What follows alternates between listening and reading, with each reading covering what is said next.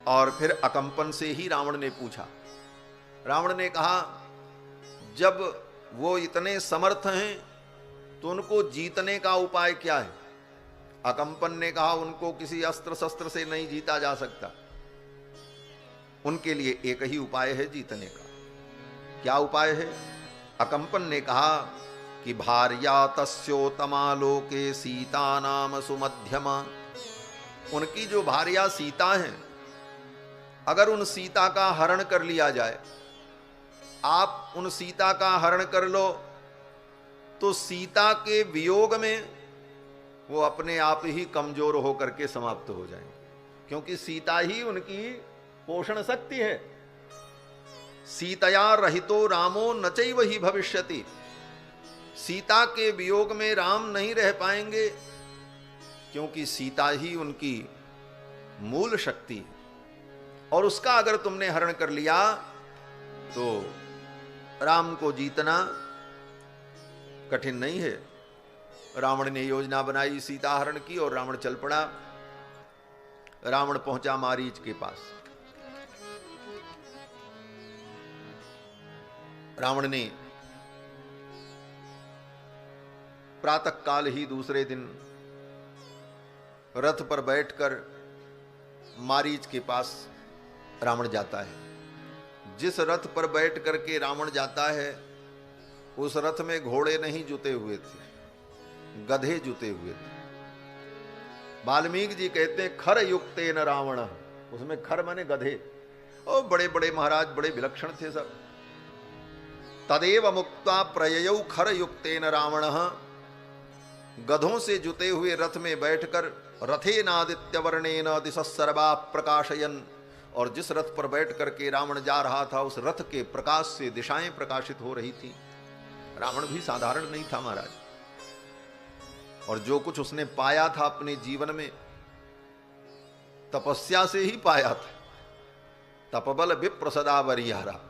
तपस्या, कमी उसकी यही थी कि मानवता का विरोधी था, अहंकारी था, और भी अनेक दुर्गुण थे, लेकिन तपस्या से, साधना से उसने बहुत कुछ जीवन में अर्जित किया था। दिव्य तेजोमय रथ पर बैठ करके रावण जब चला, मारीच के पास पहुंचा और जाकर के मारीच से कहता है तुम माया मृग बनो, मैं सीता का हरण करना चाहता हूं। रावण की बात सुनकर के मारीच ने तुरंत रावण को समझाया। मारीच ने कहा लंकेश, पहले तो तुम ये बताओ कि ये सीता हरण करने की योजना तुमको किसने बताई? ये काम करने की प्रेरणा तुमको किसने दी? रावण ने कहा क्यों?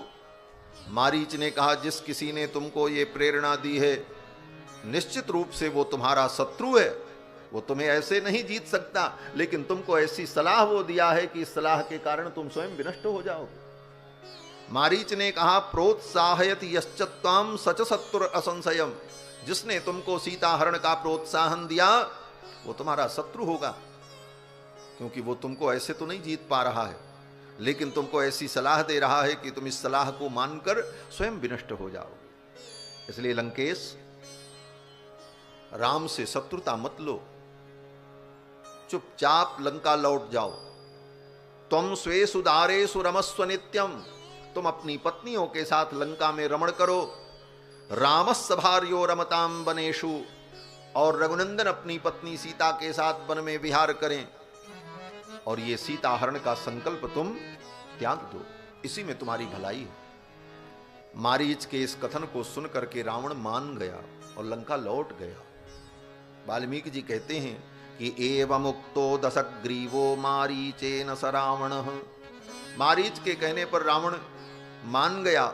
न्यवर्तत पुरीम लंकाम, अपनी लंका को लौट गया। विवेश च गृहोत्तमम, और जाकर के अपने लंका में आनंद पूर्वक रहने लगा। सीता हरण की योजना उसने त्याग दी, लेकिन तब तक शूर्पणखा पहुंच गई लंका। ततः शूर्पणखा दृष्ट्वा सहस्राणि चतुर्दश, हतान्येकेन रामेण रक्षसाम भीमकर्मणाम। उन 14,000 राक्षसों के मारे जाने पर शूर्पणखा करुण क्रंदन करती हुई लंका पहुंच गई। जगाम परमोद्विग्ना लंकाम रावण पालिताम। लंका में पहुंची और जाकर के रावण के सामने रो रो करके शूर्पणखा ने अपना दुख सुनाया। और शूर्पणखा ने यह भी कहा, लंकेश, ये मेरी जो दुर्दशा हुई है ना, ये तुम्हारे कारण हुई। शूर्पणखा ने कहा, उनके साथ जो सुंदर स्त्री है, उस स्त्री को देखकर मुझे लगा कि वो स्त्री तो मेरे भाई रावण की पत्नी होनी चाहिए, और तुम्हारे लिए ही मैं उस स्त्री का हरण करने गई थी, तो उन पुरुषों ने हमारा नाक कान काट लिया। एहसान लाद दिया रावण के ऊपर कि तुम्हारे कारण ये सब हुआ, तुम्हारे लिए ही तो मैं गई थी। रावण ने सोचा, रे ये मेरी बहन शूर्पणखा बेचारी विधवा, और ऊपर से मेरे लिए ये गई थी और इसका नाक कान कट गया। रावण ने कहा, बहन तुम्हारी प्रसन्नता के लिए मैं क्या करूं? शूर्पणखा ने कहा, जिस किसी भी प्रकार से उस सीता को लेकर के आओ और वो तुम्हारे महल में तुम्हारी पत्नी बनकर के रहे, यही मैं देखना चाहती हूं। रावण ने कहा, अगर ऐसी बात है तो मैं जाऊंगा और सीता को लेकर के आऊंगा। रावण फिर सीता हरण की योजना बना करके चल पड़ा। यानशालाम ततो गत्वा प्रच्छन्नम राक्षसाधिपः और कामगम रथमास्थाय कांचनम रत्नभूषितम। स्वर्णमय तेजोमय रथ पर बैठ करके रावण फिर चल पड़ा और पहुंचा मारीच के पास। मारीच तो बेचारा साधु हो गया था, पूरा पक्का साधु बन गया था महाराज। राम जी ने जब दोबारा उसको छोड़ दिया था, उसी समय से मारीच सावधान हो गया और बहुत दूर समुद्र के बीच में एक टापू में आश्रम बना करके वहीं भजन करता था। वाल्मीकि जी कहते हैं कि ददर्श आश्रम एकांते पुण्य रम्य वनांतरे। रावण जब पहुंचा है तो अपने आश्रम में बैठा था मारी। तत्र कृष्णाजिन धरम, कृष्ण मृग के चर्म को वस्त्र के रूप में धारण किए हुए, जटा मंडल धारिणम, मारीच ने अपने बालों को जटा बना लिया था, तपस्वी बन गया था। ददर्श नियताहारम, मांसाहार छोड़ करके नियताहारम, आहार पर भी नियंत्रण करके फलाहार करते हुए भजन करता था मारीचम नाम राक्षसम। ये परिवर्तन मारीच के अंदर इतना बड़ा क्यों आया? बोले भगवान श्री राम का स्मरण करने के कारण। यह स्मरेत पुंडरीकाक्षम सबाहिजाभ्यंतर शुचि। जो भगवान का स्मरण करता है तो भीतर से पवित्र हो जाता है, बाहर से पवित्र हो जाता है, भीतर बाहर से वो पवित्र हो जाता है। भगवान के स्मरण से अंतःकरण शुद्ध होता है। बोले मारीच भगवान का स्मरण क्यों करता था? बोले प्रेम से तो नहीं करता था, लेकिन भय के कारण बार बार भगवान को वो स्मरण करता था। मारीच की तो ये दशा थी कि मारीच के सामने अगर कोई कह दे रथ, तो र कहते ही उसे डर लगता था, राम तो नहीं आ गए। रकार का उच्चारण होते ही राम जी का भय व्याप्त हो जाता था उसके अंदर, इतना भयभीत था। तो भय के कारण ही बार बार भगवान का स्मरण करता था, इसलिए उसके जीवन में धीरे धीरे पवित्रता आ गई थी। रावण पहुंचा और रावण ने देखा वो तो तपस्या में लगा था। मारीच ने कहा, देखो लंकेश, अगर तुम मुझे जीवित देखना चाहते हो तो ये राम जी की कथा बंद करो, नहीं तो मैं मर जाऊंगा। तस्य राम कथाम श्रुत्वा मारीचस्य महात्मनः शुष्कम संभवत वक्त्रम। मारीच के ओंठ सूख गए राम जी का नाम सुन करके, क्योंकि राम जी ने एक बार मारा था बाण तो जाकर के 100 योजन दूर गिरा था, दोबारा किसी प्रकार बच गया था। तिबारा रावण ले जाने को तैयार है, बोले चलो सीता हरण करना, तुम साथ में मृग बन करके चलो। भय के कारण मारीच के ओंठ सूख गए। वाल्मीकि जी कहते हैं शुष्कम समभवत वक्त्रम परित्रस्तो बभूवः। मारीच परित्रस्त हो गया। ओष्ठौ परिलिहन शुष्कौ। मारीच के ओंठ इतने सूख गए कि बार बार अपने ओंठों को भिगोने के लिए अपनी जीभ से चाटने लगा। जैसे हम आप ओंठ सूख जाता है तो बार बार जीभ उस पे जाकर के मालिश करती है जिससे ओंठ का सूखापन दूर हो जाए। मारीच भी बार बार अपने ओंठों को चाटने लगा क्योंकि राम जी का नाम सुनकर के उसके ओंठ सूख गए। ओष्ठौ परिलिहन शुष्कौ नेत्रैर अनिमिषैरिव। और उसकी आंखें खुली की खुली रह गईं, पलक भी नहीं गिरी। ऐसे ही देखता रहा, लग रहा था जैसे मर गया बेचारा। राम जी का नाम सुनते उसकी ये दशा हो जाती। वाल्मीकि जी कहते हैं मृतभूत इवार्तस्तु। मृतभूत इवार्तस्तु, जैसे कोई व्यक्ति मर जाए, न हिले न डुले न उसकी पलक गिरे, ये स्थिति मारीच की हो गई। रावणम समुदैक्षत। और रावण को ऐसे ही देखता रहा। रावण ने कहा मारीच तुम्हें माया मृग बनना है और ये कार्य तुम्हें करना है। मारीच ने बहुत समझाया। मारीच ने कहा यदिच्छसि चिरम भोक्तुम मा कृथा राम विप्रियम। अगर चिरकाल तक तुम सुख भोगना चाहते हो तो राम से विरोध मत करो। उनके पराक्रम को तुम नहीं जानते हो। जब वो 12 वर्ष के थे तो उन्होंने बाण से मुझे मारा और मैं 100 योजन दूर आकर के गिरा। और अब तो वो युवा हैं, धन्वी हैं। इसलिए मेरी बात मान लो और राम से शत्रुता मत करो। मारीच ने बहुत समझाया। मारीच ने यहां तक कहा कि रकारादीनि नामानि वित्रासम जनयंति में। मारीच कहता है रकारादीनि नामानि, जिन नामों में जिन शब्दों में रकार हो ऐसे शब्दों को सुनकर के मुझे डर लग जाता है कि कहीं राम तो नहीं आ गए। रकारादीनि नामानि वित्रासम जनयंति में, कौन से शब्दों को सुनकर? मारीच कहता है रत्नानि रथांश्चैव। कोई रत्न कहे कोई रथ कहे तो उसमें र आ गया, इतना सुनते ही मुझे डर व्याप्त हो जाता कहीं राम तो नहीं आ गए। और इसके ठीक विपरीत भगवान शंकर की स्थिति।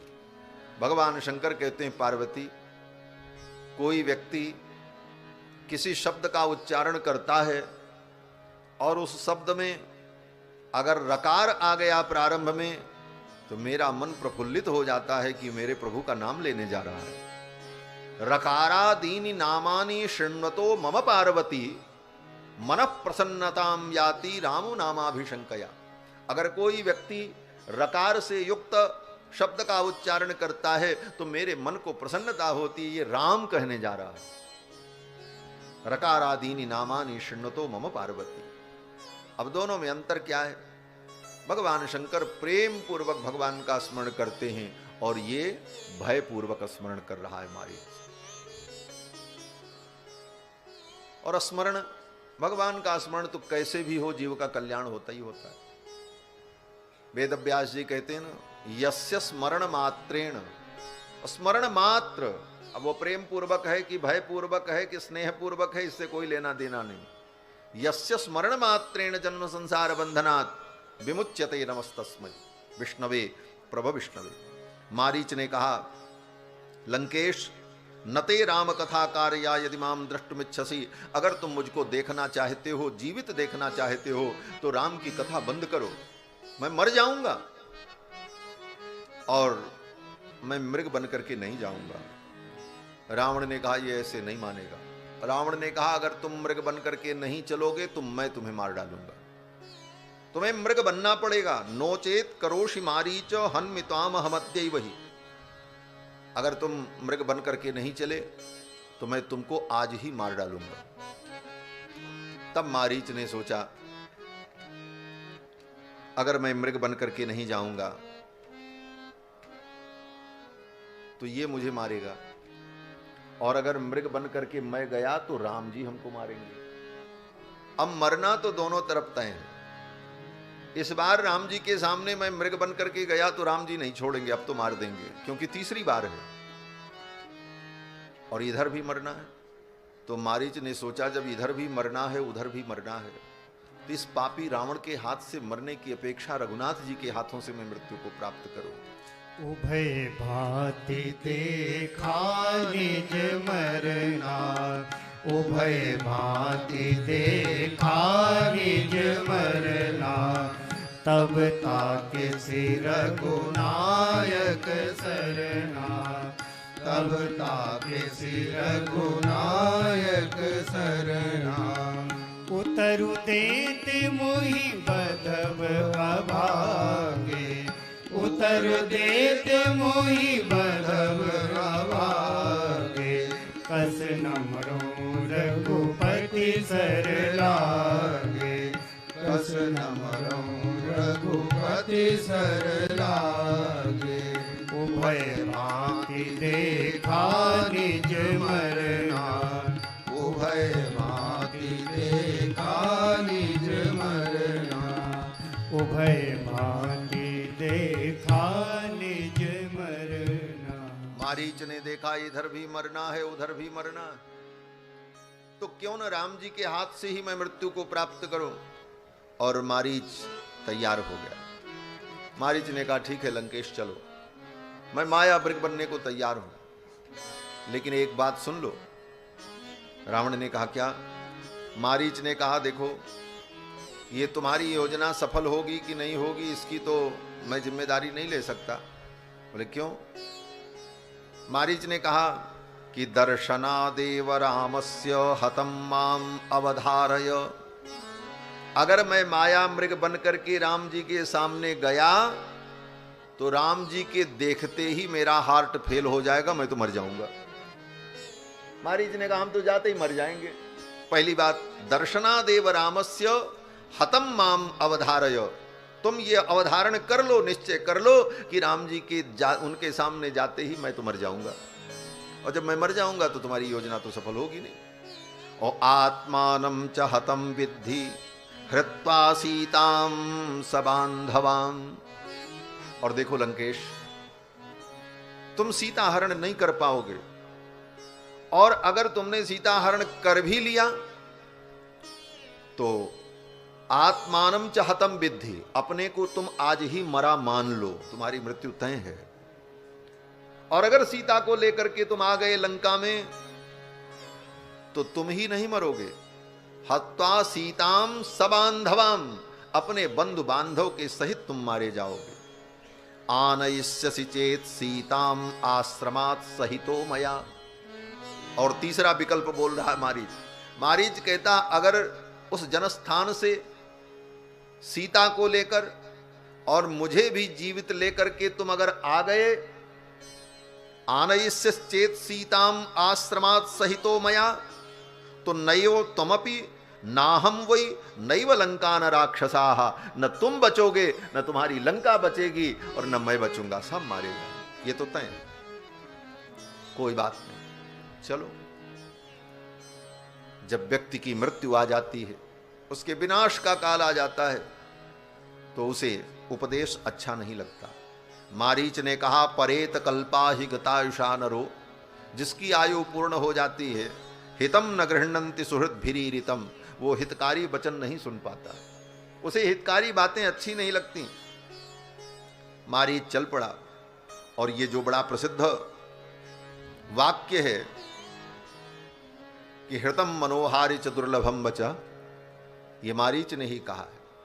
मारीच कहता है मैं तो तुम्हारे हित के लिए कह रहा हूं, लेकिन तुम्हें ये बातें अच्छी नहीं लग रही। मारीच चल पड़ा, और मारीच ने माया के द्वारा मृग का रूप धारण किया, और वहीं पंचवटी में भगवान श्री राम की कुटिया के सन्निकट आकर के टहलने लगा। उपगम्य समाघ्राय विद्रवन्ति दिशो दश, समुद्वीक्ष्य च सर्वे तम मृगायेन्ने वने चराः। वो मारीच जब रत्नमय मृग बन करके आया तो दूसरे मृगों ने जब देखा कि ये तो मेरी प्रजाति का है, लेकिन ये तो नया है, कभी इसको हमने यहां देखा नहीं। अब सारे मृग दबे पांव धीरे धीरे उसके पास आने की कोशिश करने लगे। आवे और वे मृग आकर के मारीच के सन्निकट जाकर के उसको सूंघते और सूंघने के बाद भागते जोर से वहां से। क्यों? अरे ये तो कोई और है, दुष्ट है। पशुओं को भी हित अनहित पशु पक्षी हो जाना। वाल्मीकि जी कहते हैं कि समुद्वीक्ष सर्वेतम मृगा येन्ने वने चराहा, वन के जो अन्य मृग थे उपगम्य समाघ्राय, मारीच के समीप जाते और समाघ्राय धीरे से उसको सूंघते और विद्रवंती दिशो दशा, फिर भाग जाते। अरे ये तो कोई असुर है। लेकिन मारीच को तो अभिनय करना था। वो बड़ा शांति से अपना टहलता रहा इधर उधर, कभी कोई एक पत्ती खा ले, कभी इधर कुछ खा ले। तब तक श्री जानकी जी की दृष्टि उस मृग पर पड़ गई। अदृष्टपूर्वम दृष्ट्वातम नानारत्नमयम मृगम, नाना रत्नमय, अदृष्टपूर्व, जिसको कभी देखा न हो, ऐसे मृग को देखकर विस्मयम परमम सीता जगाम जनकात्मजा, जनकात्मजा सीता को विस्मय हुआ और सीता जी दौड़ करके गईं और कुटिया में जाकर के राम जी को बुलाया। आर्य पुत्र आओ आओ आओ, देखो ऐसा मृग आपने कभी नहीं देखा होगा। लक्ष्मण तुम भी आओ, तुम भी आओ। आहूयाहूय च पुनस्तम मृगम साधु वीक्षते। राम जी को बुलाकर, लक्ष्मण जी को बुलाकर के जानकी जी उस मृग को दिखाने लगी। तावाहूतौ नरव्याघ्रौ वैदेहिया राम लक्ष्मणौ। राम जी ने देखा तो राम जी तो कुछ नहीं बोले, लेकिन लक्ष्मण जी ने जब देखा तो लक्ष्मण जी जान गए, अरे ये तो मारीच है। पहचान लिया लक्ष्मण जी ने, तुरंत पहचान लिया। लक्ष्मण जी ने कहा संकमानस्तु तम दृष्ट्वा लक्ष्मणो वाक्यम अब्रवीत। उस मृग को देख करके लक्ष्मण जी को संदेह हो गया, ये मृग नहीं हो सकता। तमेवैनमहं मन्ये मारीचम राक्षसम मृगम। लक्ष्मण जी ने कहा भैया ये कोई और नहीं है, ये मारीच है। प्रभु लक्ष्मण ही कहा समुझाई, प्रभु लक्ष्मण ही कहा समुझाई। फिरत विपिन निश्चर बहु भाई, फिरत विपिन निश्चर बहु भाई। प्रभु लक्ष्मण ही कहा समुझाई, प्रभु लक्ष्मण ही कहा समुझाई। लक्ष्मण जी ने कहा कि तमेवैनमहं मन्ये, भैया मुझे पूरा विश्वास है, मारीचम राक्षसम मृगम, ये मारीच ही मृग बन करके आया। और इतने पर ही लक्ष्मण जी नहीं रुके। लक्ष्मण जी ने कहा कि अनेन निहता राम राजानक कामरूपिणा, अस्य माया विदो माया मृगरूपमिदं कृतम। इस मारीच ने अपनी माया के द्वारा बहुत से लोगों को मारा है और ये बड़ा मायावी है। मृगो हेवं विधो रत्न विचित्रो नास्ति राघव। हे रघुनंदन, ऐसे रत्नमय मृग सृष्टि में नहीं होते। आपने तो सृष्टि बनाई है। मानो लक्ष्मण जी भगवान को समझा रहे हैं, आप तो सृष्टि करता हैं, क्या आपने अपनी सृष्टि में ऐसा कोई मृग बनाया है? नहीं बनाया। तो जगत्याम जगती नाथ, लक्ष्मण जी कहते हैं हे जगत के नाथ, हे जगदीश, जगत्याम जगती नाथ मायैषा ही न संशयः। ये असुर की माया है, संसार में ऐसा मृग नहीं होता है। आज तक किसी ने ऐसा मृग सोचा होगा जिसके बाल सोने के हों, पेट के पास के बाल चांदी के हों और उसकी सींग जो है मरकत मणि की हो, उसके खुर जो हों वो पन्ना के हों, उसकी पूंछ जो हो वो स्वर्ण के धनुष के समान हो, उस पे जो बिंदु हो रजत बिंदु वो हीरे के हों। ऐसा जड़ाऊ मृग कहीं दुनिया में होता है? अगर होगा भी तो वो शोरूम में रखा होगा, वो चलेगा फिरेगा नहीं महाराज, वो घूम नहीं सकता। लक्ष्मण जी ने कहा मृगो हेवं विधम रत्न विचित्रो नास्ति राघव। हे रघुनंदन, ऐसा मृग सृष्टि में नहीं हो सकता और ये मारीच है। सीता जी ने कहा, यह मृग बहुत सुंदर है, इस मृग को आप जीवित पकड़ करके ले आओ, इसको मैं आश्रम में पालूंगी, और जब हमारा वनवास का काल पूर्ण हो जाएगा तो इसे अयोध्या ले चलूंगी, और ये मृग अयोध्या में लोगों के आश्चर्य का विषय बनेगा। मृग रूपमिदं दिव्यम विस्मयम जनयिष्यति, ये मृग अयोध्या में लोगों को विस्मित करेगा, और हमारी 14 वर्ष की वन यात्रा का ये संस्मरण होगा, इसे हम लेकर के चलेंगे। जानकी जी ने कहा, इस मृग को आप किसी भी प्रकार ले आओ, और अगर ये जिंदा न मिले तो इसे मार करके इसका मृगचर्म ले आओ, इसका मृगचर्म बहुत सुंदर होगा। भगवान श्री राम ने कहा, अच्छा। लक्ष्मण जी ने एक बार फिर रोका, प्रभु ये मारीच है, आप मत जाओ, मैं जा रहा हूं, इसे लेकर के आता हूं, अगर ये मृग होगा तो लाऊंगा, नहीं तो मार के आऊंगा। तो राम जी ने लक्ष्मण से कहा, नहीं लक्ष्मण, मुझे जाने दो। लक्ष्मण जी ने कहा, ठीक, कोई बात नहीं। राम जी ने धीरे से कहा, लक्ष्मण, पहली बार तो सीता ने मुझसे कुछ कहा है, अगर मैं सीता की बात नहीं मानूंगा तो सीता जी को अच्छा नहीं लगेगा। तो लक्ष्मण जी तो जीवाचार्य हैं, आचार्य हैं, आचार्य की बात अगर जीव न माने तो जीव को भी संकट में पड़ना पड़ता है, और आचार्य की बात अगर ब्रह्म परमात्मा न माने तो उनको भी संकट में पड़ना पड़ता है। लक्ष्मण जी ने भगवान को बताया, लेकिन भगवान नहीं माने। भगवान ने कहा, सीता ने पहली बार कुछ कहा है, इसलिए जाने दो, मैं जा रहा हूं, अगर ये मृग होगा तो मार के ले आऊंगा, और अगर मृग नहीं होगा, मारीच होगा, तो फिर मार के आऊंगा, इस बार इसको नहीं छोड़ूंगा। तो लक्ष्मण जी ने कहा, ठीक है, कोई बात नहीं, मेरी बात न मानो, दुल्हन की बात मानो। हाँ, मेरी सलाह आपको अच्छी नहीं लगती, पत्नी की बात अच्छी लगती, तो ठीक है, आप जाओ। और राम जी गए, परिणाम आपको मालूम है, भगवान श्री राम गए और वहां जाने पर उनको मृग भी नहीं मिला, और लौट करके आने पर मृग नयनी सीता भी प्राप्त नहीं हुई। दोनों से हाथ धोना पड़ा, क्योंकि आचार्य की बात नहीं मानी, लक्ष्मण जी का सही संदेश, उनकी सही सलाह नहीं मानी। और सीता जी के साथ क्या हुआ? बोले सीता जी को भी लक्ष्मण जी ने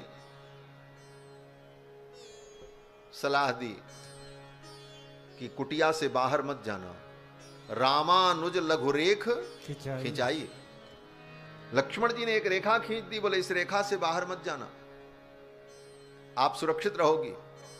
और लक्ष्मण जी की बनाई मर्यादा रेखा का उल्लंघन किया सीता जी ने। परिणाम क्या हुआ?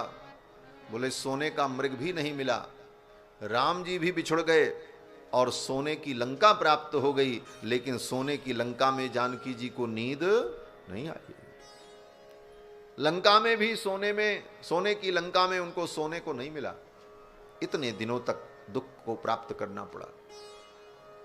लक्ष्मण जी ने मना किया, लेकिन राम जी नहीं माने। राम जी चल पड़े और भगवान श्री राम ने जब मृग का पीछा किया, वो मारीच भागने लगा। बार बार घूम घूम करके भगवान को देखता, फिर भागता, फिर देखता, फिर भागता, क्योंकि भगवान चाहते तो उसे उसी क्षण मार देते। लेकिन भगवान ने सोचा जब इसकी ये कामना है तो इसकी ये कामना मैं पूर्ण कर दूं। मारीच की कामना क्या थी? बोले मारीच ने बड़ी सुंदर कामना की थी। मारीच ने कामना की कि मम पाछे धर धावत धरे सरासन बाण। राम जी मेरे पीछे धनुष बाण लेकर के दौड़ेंगे और फिर प्रभु ही बिलोकी हों। मैं बार बार घूम घूम करके उनको देखूंगा, मुझे वो सुख मिलेगा। ये कामना करके मारीच आया था। मम पाछे धर धावत धरे सरासन बाण। मम पाछे धर धावत धरे सरासन बाण। फिर प्रभु ही बिलोकी हूँ, धन्य नमो समान। फिर प्रभु ही बिलोकी हूँ, धन्य नमो समान। हाथ धन्य नमो समान, धन्य नमो समान। मारीच यही कामना लेकर के आया था कि मम पाछे धर धावत धरे सरासन बाण। राम जी धनुष बाण लेकर के मेरे पीछे दौड़ेंगे और फिर प्रभु ही बिलो की हूं, मैं बार बार घूम घूम करके उनको देखूंगा। धन्य न मौसम आन, मेरे समान कोई धन्य नहीं होगा। तो भगवान ने कहा ठीक है, अगर तुम्हारी यही कामना है तो तुम्हारी ये कामना मैं पूर्ण करता हूं। भगवान पीछे पीछे भागते रहे और वो घूम घूम के देखता रहा। नहीं तो राम जी मारना चाहें तो उसको भागने का मौका मिलेगा, एक बाण छोड़ दें वो तो वहीं धड़ाम हो जाए। लेकिन भगवान उसकी भावना को पूर्ण करने के लिए ऐसी लीला करते रहे। अंत में आगे जाकर के भगवान ने मारीच को जब मारा, बाण लगते ही वो अपने राक्षस रूप में आ गया।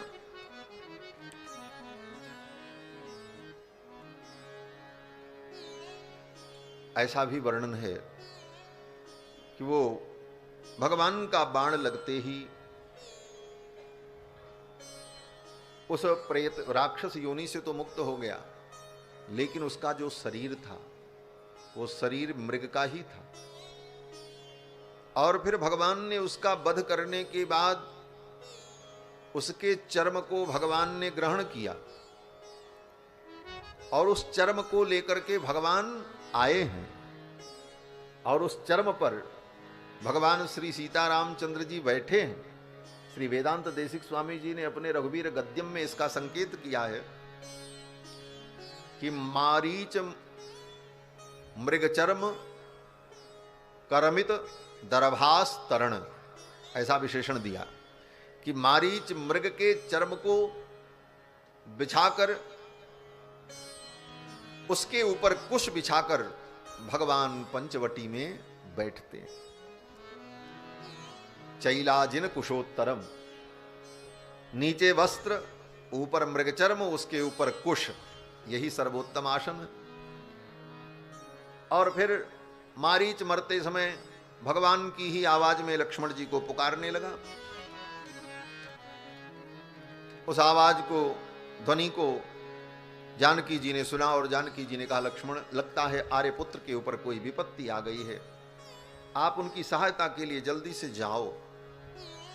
तो लक्ष्मण जी मुस्कुराने लगे। लक्ष्मण जी ने कहा मां, उनके ऊपर कोई विपत्ति नहीं आ सकती। देव देव मनुष्येषु गंधर्वेषु पतत्रिषु, देवता मनुष्य गंधर्व राक्षस यो रामं प्रति युद्धे तो समरे वासवोपमम।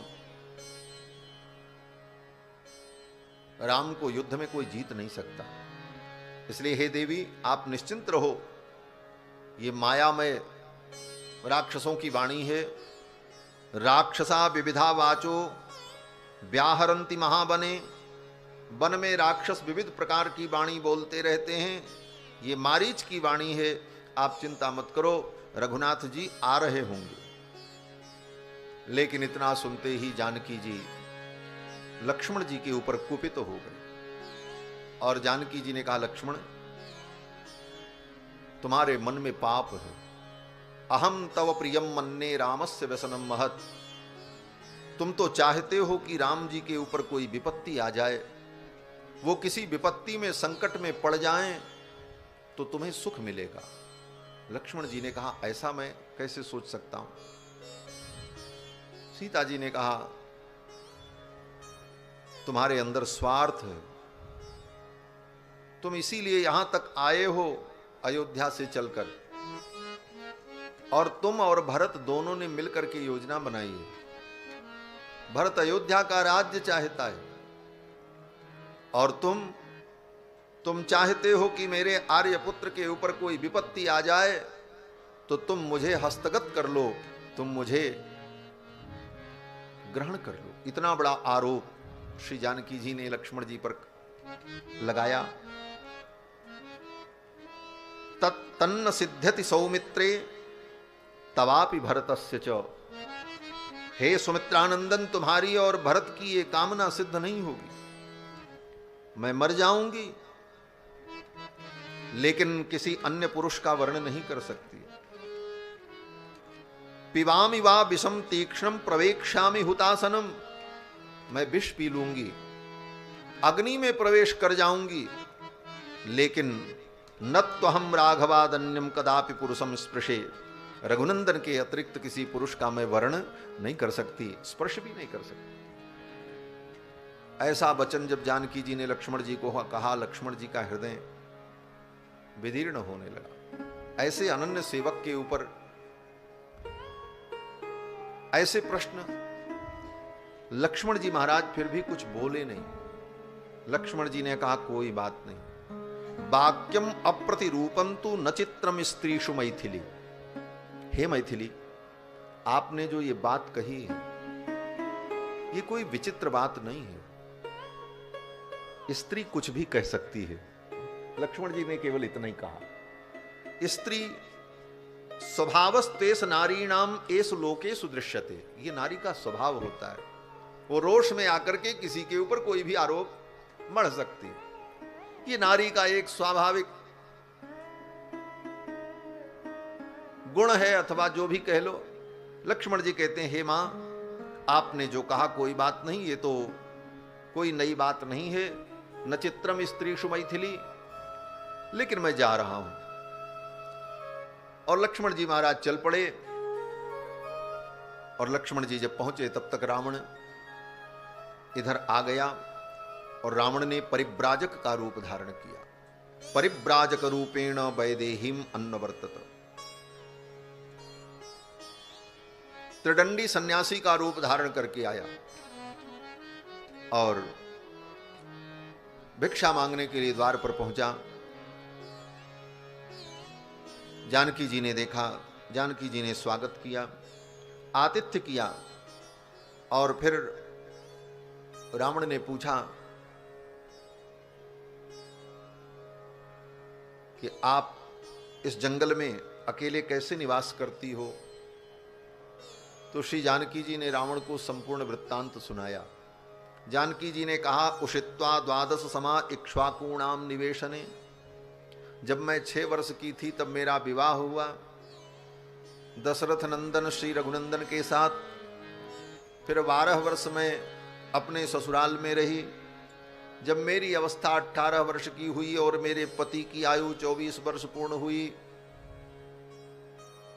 तो मां कैकेयी के वचन को पूर्ण करने के लिए हम लोग वन में आए।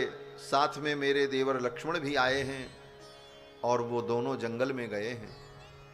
आप प्रतीक्षा करो, वो आएंगे। आगमिष्यति में भर्ता वन्यमादाय पुष्कलम, वन से कंदमूल फल और अनेक वस्तुएं लेकर के मेरे पति और मेरे देवर आते ही होंगे। मैं आपको सुंदर भोजन कराऊंगी, आपका आतिथ्य करूंगी, आप प्रतीक्षा करो। तब तक रावण तो अपने उद्देश्य से आया था। रावण ने कहा, मैं राक्षसों का अधिपति रावण हूं और तुम मेरी पत्नी बन जाओ। 5000 दासियां तुम्हारी सेवा करेंगी। पंचदास्य सहस्राणि सर्वाभरण भूषिताः सीते परिचरिष्यन्ति भार्या भविष्य में। यदि तुम मेरी भार्या बनोगी तो 5000 दासियां तुम्हारी सेवा करेंगी। क्या इस मनुष्य के साथ तुम रहना चाहती हो जो इतना दीनहीन हो, जिसको पिता ने अपने राज्य से भ्रष्ट कर दिया हो? ऐसे दीनहीन के साथ रह करके क्या करोगी? मुझवीर के साथ तुम रहो, 5000 दासियां तुम्हारी सेवा करेंगी। ये सब कह करके रावण जानकी जी को प्रलोभित करने लगा। लेकिन जानकी जी ने उसे क्या उत्तर दिया? जानकी जी ने कहा, दुष्ट, त्वं पुनर्जम्बुक सिंही मामिहेच्छसि दुर्लभाम। अरे लंकेश, जम्बुक होकर, जम्बुक माने सियार, सियार होकर के सिंघिनी को तू पत्नी बनाना चाहता है? कभी कोई शेरनी किसी सियार की पत्नी होती? सिंघिनी तो सिंह की पत्नी होती। लक्ष्मी जी ने कहा श्री जानकी जी ने कि कालकूटम विषम पीत्वा स्वस्तिमान गंतुमिच्छसि। कालकूट विष पी करके तुम जीवित रहने की कल्पना करते हो? मानो सीता जी रावण को उपदेश करती, लंकेश तुम ब्राह्मण हो, ऋषिपुत्र हो, धर्म को समझो। परिस्त्री दूसरे के लिए विष के समान होती। परस्त्री पर दृष्टिपात करना विष पीने के समान है, और इस विष को पी करके तुम जीवित नहीं रहोगे। सीता जी ने रावण को बहुत फटकारा। सीता जी ने कहा, अवसज्य शिलाम कंठे समुद्रम तरतुमिच्छसि, गले में पत्थर बांध करके तुम समुद्र पार करना चाहते हो, असंभव। अग्निम प्रज्वलितम दृष्टा वस्त्रेणा हर्तुमिच्छसि, जलती हुई आग को तुम कपड़े में बांध करके ले जाना चाहते हो। आग को कोई कपड़े में बांधेगा, रखते ही तो कपड़ा जल जाएगा। सीता जी कहती, मैं वो अग्नि हूं जिस अग्नि को तुम ले जाना चाहते हो। जिस कपड़े में ले जाओगे तो कपड़ा जलेगा ही जलेगा और तुम भी जल जाओगे, तुम्हारी लंका भी जल जाएगी। मानो सीता जी संकेत कर रही रावण को कि इसका परिणाम क्या होगा। अग्निम प्रज्वलितम दृष्ट्वा वस्त्रेणा हर्तुमिच्छसि, लेकिन रावण तो अपने उद्देश्य से आया था। रावण ने सीता जी को पकड़ लिया। वामेन सीताम पद्माक्षीम मूर्धजेषु करेण सह ऊर्वोस्तु दक्षिणेनैव परिजग्राह पाणिना, बाएं हाथ को रावण ने जानकी जी के यहां गले के पास लगाया और दाहिने हाथ को जानकी जी के कमर के पास लगाया और ऐसे सीता को उठा लिया। वामेन सीताम पद्माक्षीम मूर्धजेषु करेण सह ऊर्वोस्तु दक्षिणेनैव परिजग्राह पाणिना, और जानकी जी को लेकर के रावण रथ पर बैठा और आकाश मार्ग से लंका की ओर चल पड़ा। अब तो श्री जानकी जी विलाप करने लगी और विलाप करती हुई जानकी जी कहती हैं कि बचाओ, हे वन देवता मेरी रक्षा करो। लेकिन जानकी जी को कोई बचाने के लिए नहीं आया। विलाप सब सुन रहे हैं लेकिन आया कोई नहीं। सीता के विलाप सुने भारी, सीता के विलाप सुनि भारी, सीता के विलाप सुनि भारी, भय चराचर जीव दुखारी, भय चराचर जीव दुखारी। सीता जी के विलाप को सुनकर दंडकारण्य के सभी जीव दुखी तो हुए, लेकिन कोई आगे बढ़ करके उनकी रक्षा के लिए नहीं आया। किसी के दुख को देखकर हम दुखी तो होते हैं, लेकिन उसकी रक्षा के लिए प्रयत्नशील नहीं हो पाते। लेकिन धन्य है गृद्धराज जटायु। गृद्धराज जटायु ने जब सुना तो गीधराज सुनि आरत बानी, रघुकुल तिलक नारी पहचानी। गृद्धराज जटायु ने देखा ये तो जानकी की आवाज है। गृद्धराज जटायु ने सिर उठा करके देखा तो रावण जानकी जी को लेकर के जा रहा था।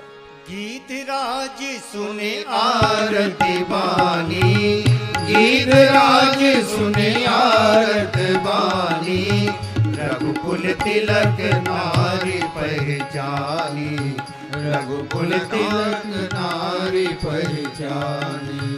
अधम निशाचर लीने जाई, अधम निशाचर लीने जाई, जिमि मलेच्छ बस कपिला गाई, जिमि मलेच्छ बस कपिला गाई, जिमि मलेच्छ बस कपिला गाई। गिरिधराज जटायु ने देखा और गिद्धराज जटायु अपने पंख को फैला करके दौड़ पड़े। गृद्धराज जटायु ने कहा, सीते पुत्र करसी जनित्रासा, बेटी डरना मत, मैं आ रहा। गृद्धराज जटायु दौड़ पड़े और अपने चोंच के प्रहार से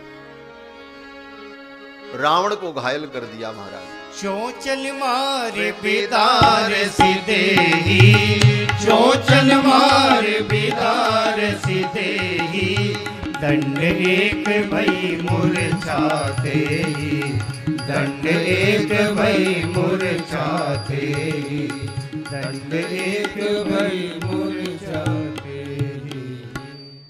गृद्धराज जटायु दौड़ पड़े। पहले तो गृद्धराज जटायु ने कहा, रावण तुम विश्वश्रवा के पुत्र हो, पुलस्त के पौत्र हो, ऐसे उत्तम कुल में उत्पन्न होकर के ये अधर्म मत करो। बहुत समझाया रावण जब नहीं माना तब गृद्धराज जटायु ने कहा, तिष्ठ तिष्ठ दशग्रीव मुहूर्तम पश्य रावण। हे रावण, अब तुम रुको, मैं तुम्हें देखता हूं। वृंतादिव फलम ताम तू पातयेयम रथोत्तमात्। वृंता फल के समान मैं तुम्हारे सिर को तुम्हारे धड़ से अलग कर दूंगा, तुम्हें समाप्त कर दूंगा।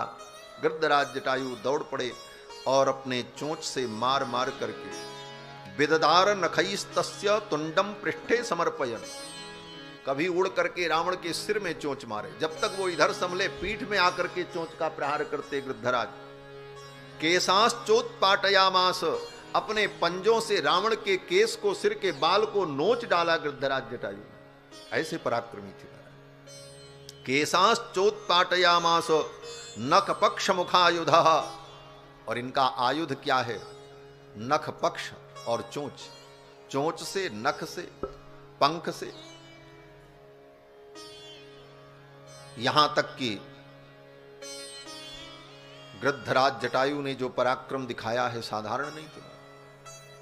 रावण की 20 भुजाओं को गृद्धराज जटायु ने अपनी चोंच से काट करके गिरा दिया।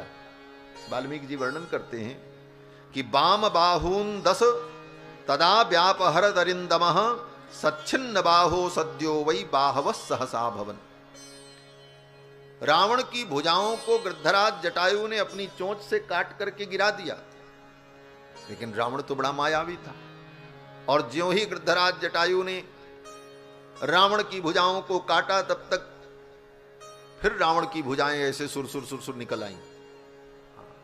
कैसे निकल आईं? वाल्मीकि जी की उपमा बड़ी विलक्षण है। बल्मीकादिव पन्नगः, जैसे बिल के अंदर से सांप निकलता है, ऐसे वो कटने के बाद एक एक हाथ फिर प्रकट हो गए महाराज राम। बल्मीकादिव पन्नगः ततः क्रोधात् दशग्रीवः सीतामुत्सृज्य वीर्यवान्। रावण ने देखा पहले इससे निपटना पड़ेगा, सीता को छोड़ दिया रावण। रावण भी डर गया कि ये तो बड़ा पराक्रमी है, पहले इसको मारें तब फिर कोई काम आगे होगा। ततः क्रोधात् दशग्रीवः सीतामुत्सृज्य वीर्यवान् मुष्टिभ्याम चरणाभ्याम च गृद्धराजमपोथयत्। गोस्वामी तुलसीदास जी कहते हैं कि रावण को मार मार करके गृद्धराज जटायु ने मूर्छित कर दिया। दंड एक भई मूर्छा तेहि। एक महात्मा कहते थे, बड़ा सुंदर भाव है उनका, कि जब रावण को गृद्धराज जटायु ने मूर्छित कर दिया और एक दंड तक रावण मूर्छित पड़ा था, सीता जी को लेकर गृद्धराज जटायु ने सुरक्षित भूमि पर बैठा दिया, और गृद्धराज जटायु भी बैठ करके ऐसे ऐसे रावण को देखने लगे। क्या देखने लगे? बड़े गृद्धराज जटायु प्रतीक्षा कर रहे थे इसको होश आवे तब युद्ध शुरू किया जाए। तो बेहोश पड़ा था। एक व्यक्ति ने कहा गृद्धराज जटायु से भूल हो गई। बोले क्या भूल हो गई? बोले जब वो बेहोश पड़ा था तो जाकर के उसकी आंख को फोड़ देना चाहिए था, बाद में वो खड़ा भी होता तो कुछ न कर पाता, उसको दिखता ही नहीं। अपनी चोंचों से मार करके उसकी 20 आंखों को फोड़ देते। लेकिन गृद्धराज जटायु प्रतीक्षा करते रहे। यह धर्म नहीं है। युद्ध में भी जो धर्म को देखता है, यही धर्मात्मा का लक्षण। गृद्धराज जटायु देखते हैं ये तो मूर्छित पड़ा है, इस समय इसके ऊपर प्रहार करना यह धर्म नहीं, और प्रतीक्षा करते रहे कि इसके अंदर चेतना आवे तब मैं इससे युद्ध करूं। और फिर रावण को जब चेतना आई तो रावण ने अपना चंद्रहास खड्ग निकाला। पहले तो बड़ा विलक्षण युद्ध हुआ। मुष्टिभ्याम चरणाभ्याम च गृद्धराजमपोथवत्। हाथ से, मुष्टिका से, पैर से गृद्धराज जटायु को मारने का प्रयास किया रावण ने, लेकिन इसके बाद भी गृद्धराज जटायु कमजोर नहीं पड़े। तब रावण ने अपना चंद्रहास खड्ग निकाला और गृद्धराज जटायु के दोनों पंख, दोनों पांव और पुच्छ, इतने अंगों को रावण ने अपने चंद्रहास खड्ग से काट दिया। तब सक्रोध निश्चर खिसियाना, तब सक्रोध निश्चर खिसियाना, कारिसि परम कराले कृपाना, कारिसि परम कराले कृपाना, काटिस पंख पराखग धरनी, काटिस पंख पराखग धरनी, सुमिरि राम कर अद्भुत करनी, सुमिरि राम कर अद्भुत करनी। गिरधराज जटायु के पंख काट दिए और रावण सीता जी को लेकर के चल पड़ा। आकाश मार्ग से जा रहा था। रास्ते में किष्किंधा पर्वत दिखाई पड़ा। किष्किंधा पर्वत पर 5 बानर दिखाई पड़े। जानकी जी ने अपने कुछ वस्त्र आभूषण वहीं पर गिरा दिए कि प्रभु जब मुझे ढूंढते हुए आएंगे तो इनके द्वारा मेरी प्राप्ति का मार्ग प्रशस्त होगा। और सीता जी को लेकर के रावण लंका में आया और लंका में लाकर अशोक वाटिका में रावण ने सीता जी को विराजमान कर दिया। रावण ने कहा मेरी पत्नी बन जाओ। सीता जी ने फिर बहुत फटकारा है रावण को। और रावण ने राक्षसियों से कहा सावधानी पूर्वक इस देवी की सुरक्षा करना। और मैं कह करके जा रहा हूं कि शृणु मैथिली मद वाक्यम मासान 12 भामिनी, 12 महीने का मैं समय दे रहा हूं। 12 महीने में अगर तू मेरी बात नहीं मानी तो ये राक्षसियां तेरे अंग प्रत्यंग को प्रातराश बना करके खा जाएंगी। प्रातराश माने प्रातः काल जो खाया जाता है, ब्रेकफास्ट, प्रातराश उसी को कहते हैं। नाश्ता कर जाएंगी, आज की भाषा में जो कहते हैं महाराज हम तो नाश्ता कर लेंगे इतना। तो राक्षसियों ने जानकी जी को भयभीत करना शुरू किया। रावण तो चला गया। इसके बाद